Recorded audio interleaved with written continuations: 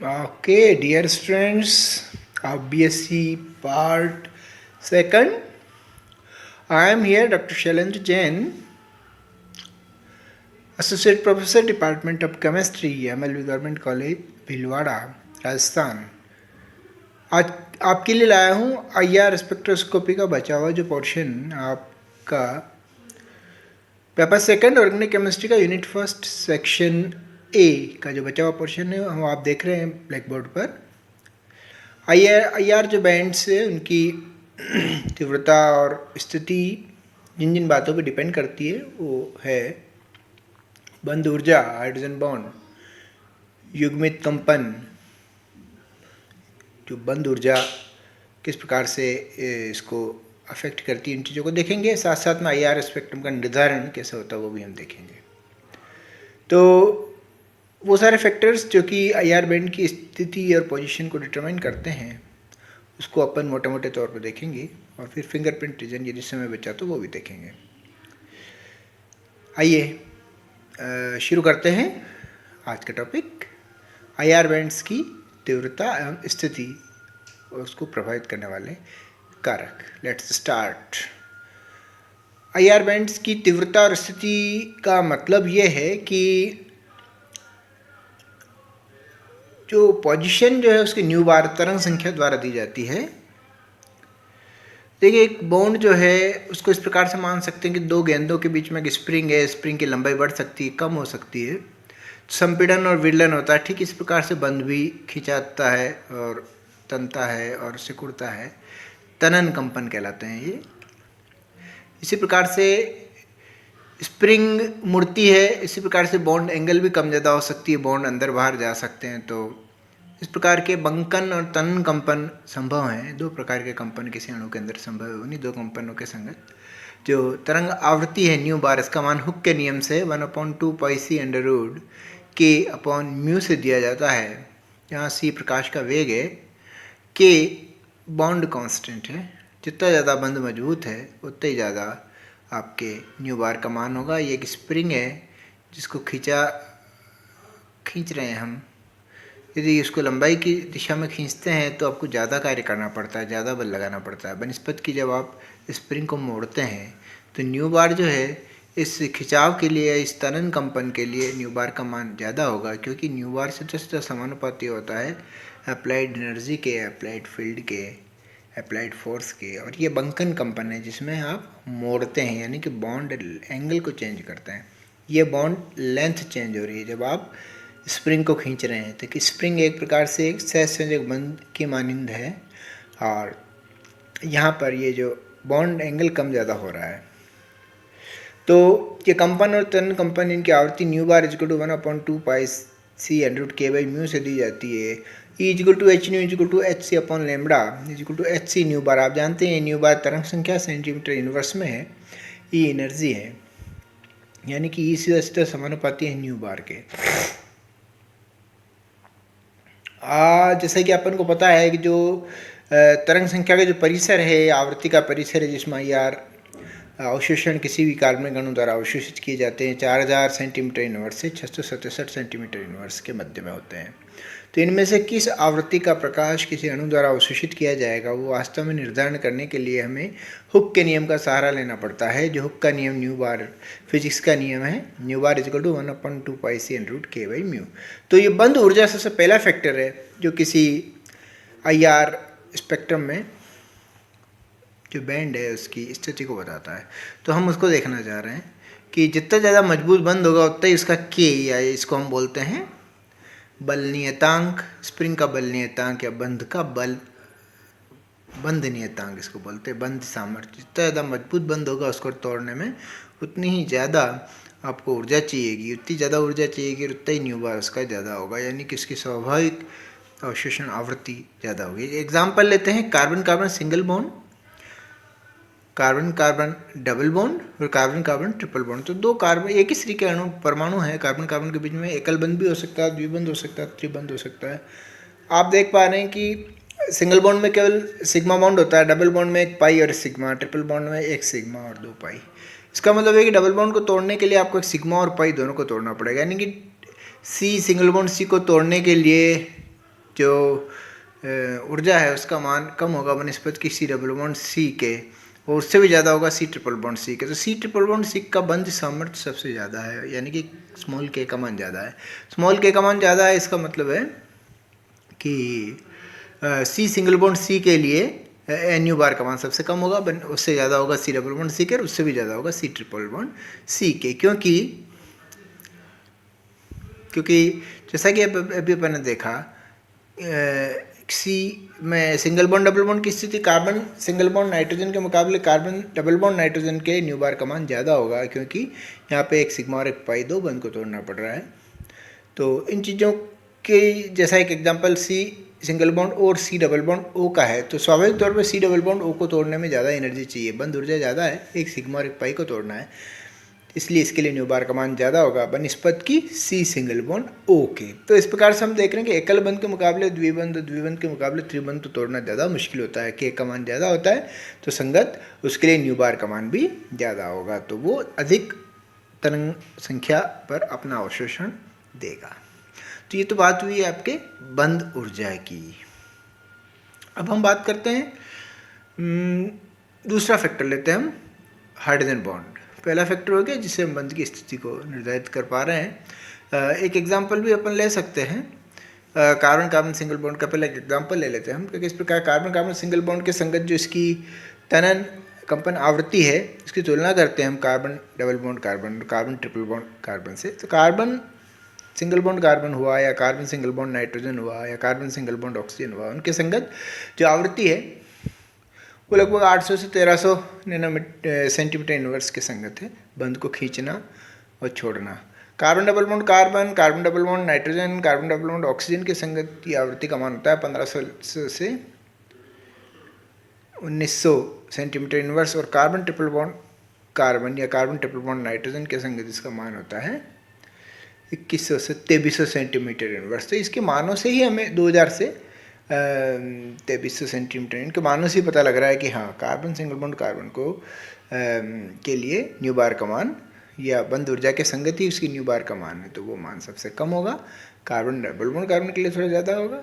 ये हुक के नियम new bar equal to 1/2πc√k/μ से इसको दिया जाता है। तो सबसे पहला फैक्टर बंध ऊर्जा या बंध सामर्थ्य, बंध की जितनी मजबूती है उसके आधार पर न्यू बार या तरंग संख्या IR स्पेक्ट्रोस्कोपी में जो आती है वो इसके के मान से डिसाइड होती है। देख रहे हैं ट्रिपल बॉन्ड के लिए सबसे ज़्यादा है 2000 से 2300 सेंटीमीटर इनवर्स, उससे कम डबल बॉन्ड के लिए और उससे कम सिंगल बॉन्ड के लिए। आगे बढ़ते हैं। पहला पॉइंट होता है। दूसरा हाइड्रोजन बंध।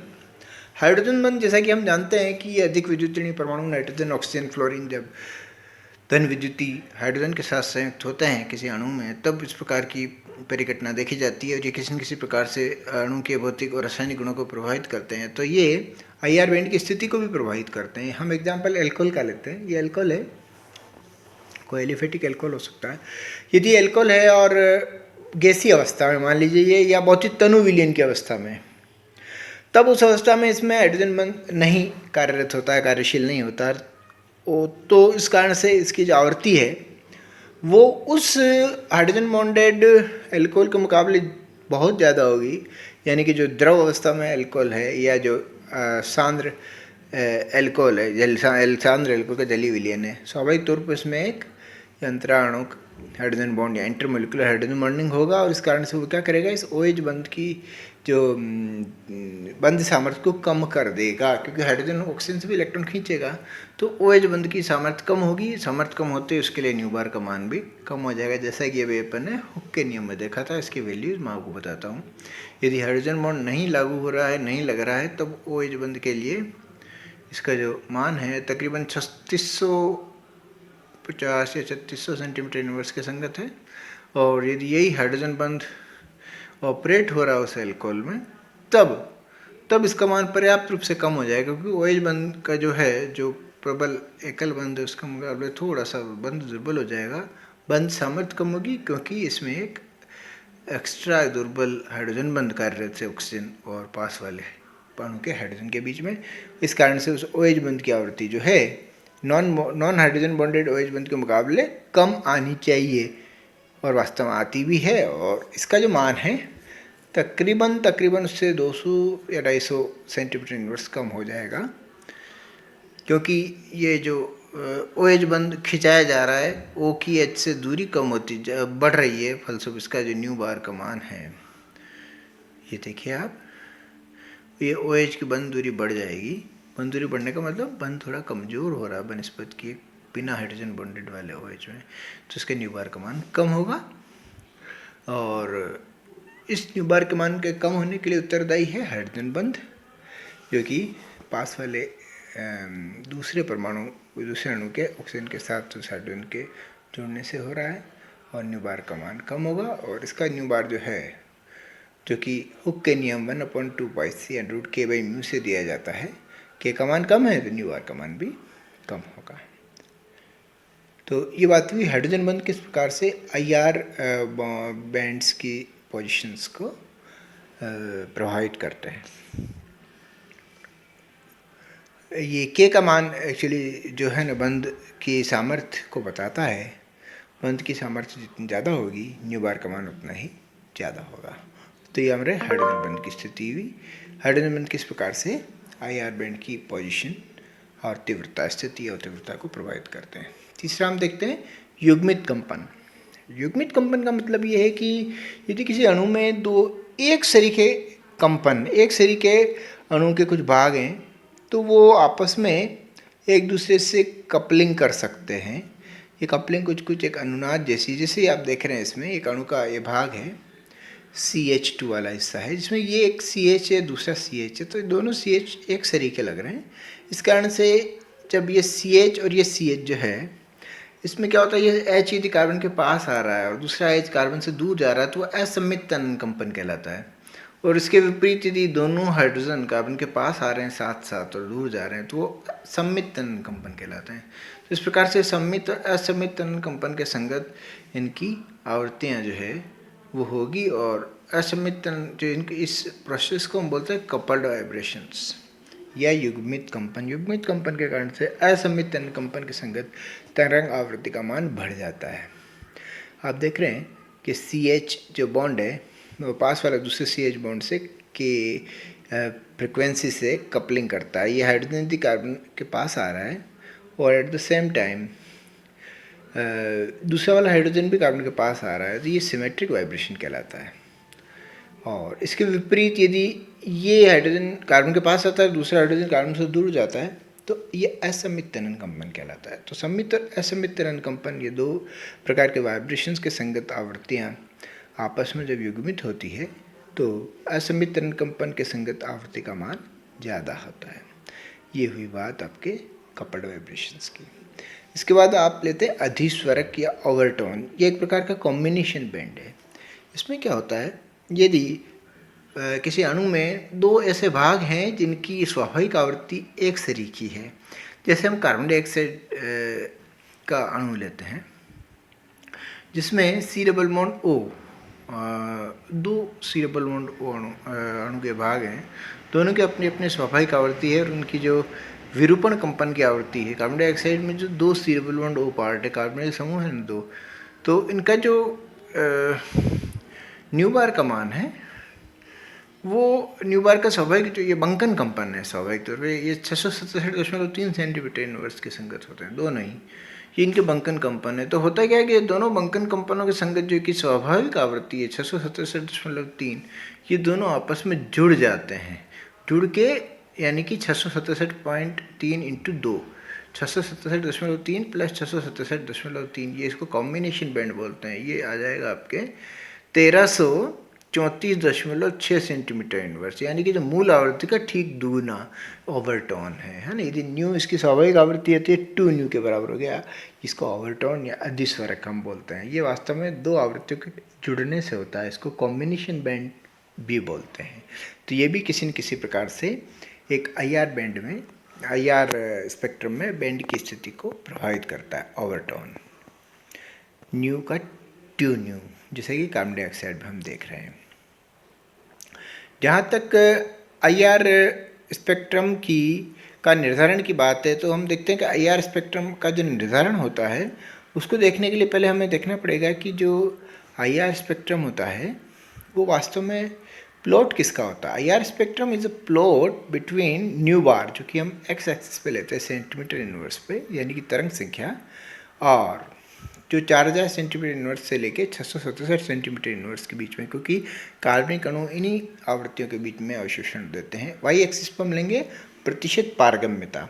प्रतिशत पारगम्यता, और ये स्कूल कुछ इस प्रकार का पैटर्न किसी एक टिपिकल एक आई आर स्पेक्ट्रम इस प्रकार से हमें मिल सकता है। तो इससे हमें मोटा मोटा अणु के बारे में काफ़ी जानकारी मिलती है। और ये स्पेक्ट्रम तब आता है जब आपको ये जो इस प्रकार के जो हम्प्स आपको दिख रहे हैं, ये इसके संगत जो आवृत्ति है आप एक्स एक्सिस से निकालते हैं, और ये इससे हमें अणु के अंदर उपस्थित क्रियात्मक समूह के बारे में अच्छी खासी जानकारी मिलती है। 4000 सेंटीमीटर इनवर्स से 667 सेंटीमीटर इनवर्स के बीच में जिन जिन आवृत्तियों पर इस प्रकार के अवशोषण देखे जाते हैं, ये एब्जॉर्प्शन पीक्स हैं, एब्जॉर्प्शन बैंड्स हैं, इनको नापा जाता है और इनकी वैल्यूज़ न्यू बार के संगत इनके मान को निकाल के अणु के बारे में हम जानकारी प्राप्त कर सकते हैं।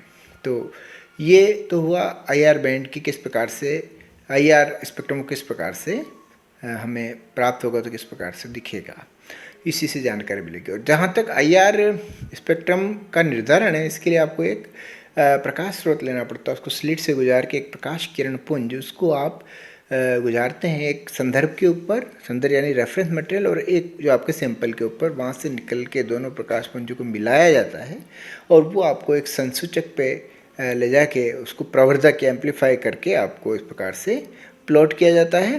प्लॉट करके इस प्रकार से आपका स्पेक्ट्रम, जो कि न्यू बार वर्सेस प्रतिशत पारगम्यता वाई एक्सिस पे लेते हैं, एक्स एक्सिस पे न्यू बार तरंग संख्या है, जो कि 4000 सेंटीमीटर इनवर्स से शुरू होकर 670 सेंटीमीटर इनवर्स पर खत्म होती है। वाई एक्सिस पे प्रतिशत पारगम्यता, और इस ग्राफ से आपको अणु के बारे में अच्छी खासी जानकारी आपको मिलती है। तो हम अगले वीडियो में देखेंगे कि किस प्रकार से इस किसी भी अणु के आई आर स्पेक्ट्रा को इंटरप्रेट किया जाता है। Thank you very much.